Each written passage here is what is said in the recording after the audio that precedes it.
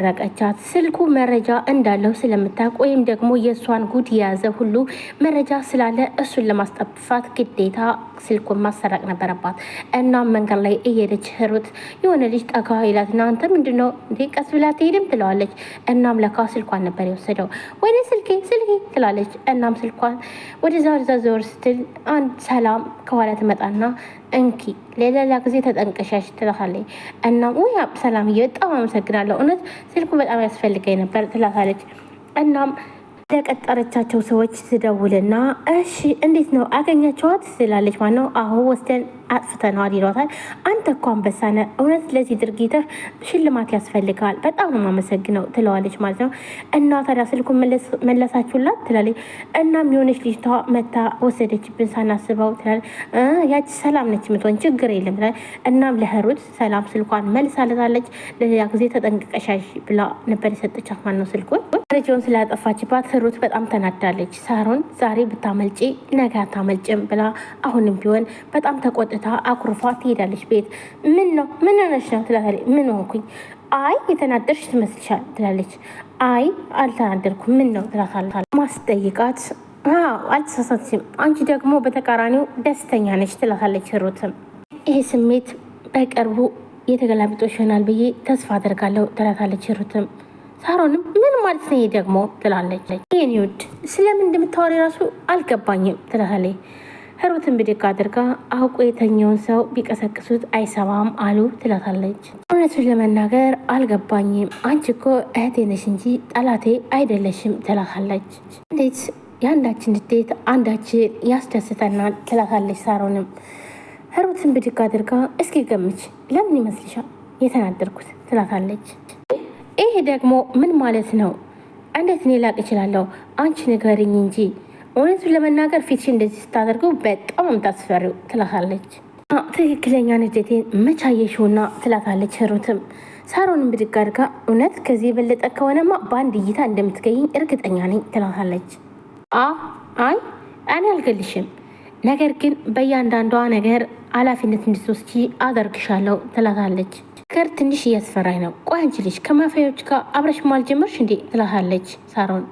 ቸው ቡልማ በጣም ደስ ይለኝ ነበር፣ ከማፊያ ጋር አንድ ቤት ውስጥ ከምኖር እነሱ ይሻሉኝ ነበር ትላታለች። ሩትም ማለት ምን ማለት ፈልገሽ ነው? ብዙም አልገባኝም። ቆይ ምንድነው ዛሬ ምን ሆነሻል? በሰላም ነው ብላ ትጠይቃታለች። ሩትን ገባኝም፣ ግን ግልጽ ልታደርግልኝ ትችላለሽ ትላታለች።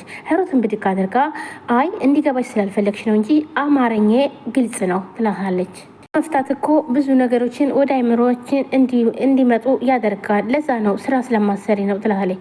ስራ ከመጀመሪያውም ይሄ ነበር ትላታለች። ይህ ማለት እንግዲህ ህሩት ፖሊስ ነገር ሳትሆን አትቀርም ማለት ነው። ውድ ቤተሰቦቼ ሳሮን በቅርቡ ትጋለጣለች ማለት ነው። ስራዋ ሁሉ በጣም ትናደድና አይ እንግዲህ ግልጽ ላደርግልሽ፣ ይኸውልሽ ከጀርባ የማየትሽን አቁሚ ትላታለች።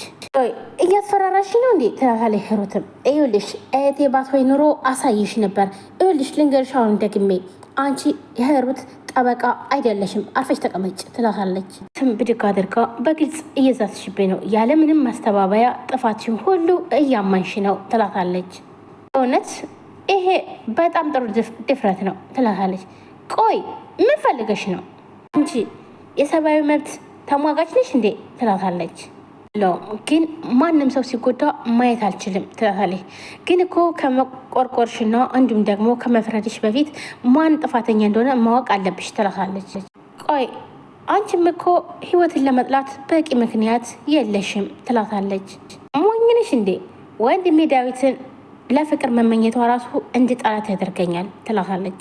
የዳዊት መብት ነው፣ አንቺን እኮ ምንም ያገባሽ ነገር የለም ትላታለች። ሩትም ውዴ አንቺም እኮ ግን እኮ ከዳዊት ህይወትን ለማራቅ ብለሽ ጓደኛሽ ልታጣብሽ ነበር አይደል እንዴ ትላታለች። እኔማ ምክንያት አለኝ ትላታለች። እኔ ደግሞ ልገላት አልሞከርኩም ትላታለች። ነገሩን እኮ ቶሎ ልቋጨው ብዬ ነው ለዛ ነው ትላታለች። እንደ ቀላል ነገር ምን ቆይ ግን በየጊዜው ስራ ትሆንብናለች ትላለች። ህሩትም በጣም ትናደድና አንቺማ ለይቶልሻል እውነት ትላታለች። ይሽ አንቺን በህይወት ጉዳይ ንጹህ አይደለሽም፣ ስለዚህ እኔም መውቀስ አትችይም ትላታለች። ሳሮን መንገዱ ግን ይለያያል ትላታለች። የምንደርስበት ግን አንድ ነው ትላታለች። አሁንም አችንም ህይወትና ዳዊት አንድ ላይ እንዳይሆኑ እንፈልጋለን አይደል ትላለች። እኔ ግን እኮ አሳማኝ ምክንያት አለኝ ትላለች ሂሩትም። ሳሮንም ምንድን ነው እሱ አሳማኛለሽ ትላለች። ገርኛ ልስመው ትላለች። ሂሩትም አሰብ ታረግና ወደ ራስ ተመለሽ ሂሩት፣ ሁሉንም ልታፈነጅው ነው እንዴ ትላለች በራሷን በራሷ። ሳሮን አውቃ እየተፈታተነችሽ ነው፣ እናም ተረጋጊ እያለች ራሷን ለማረጋጋት ትሞክራለች። ያ እየጠበቅኩሽ ነው፣ አየሽ ምንም አይነት ምክንያት የለሽም ትላታለች። ሳሮንም ለአጋቾች ትደውልና ዳዊትን ያገቱትን ሁለተኛ ወንድሜን እንዳትነኩ፣ ይኸው እናንተ ለዚህ ምሬያቸዋለሁ። ከአሁን በኋላ ግን ከወንድሜ እንዳትደርሱ። እኔ ህይወትን ነው እንጂ ያልኩትኝ ዳዊትን ነው ያልኩት እንዴ? ምን ማለት ፈልጋችሁ ነው እያለች ስትጮባቸው ነበረ።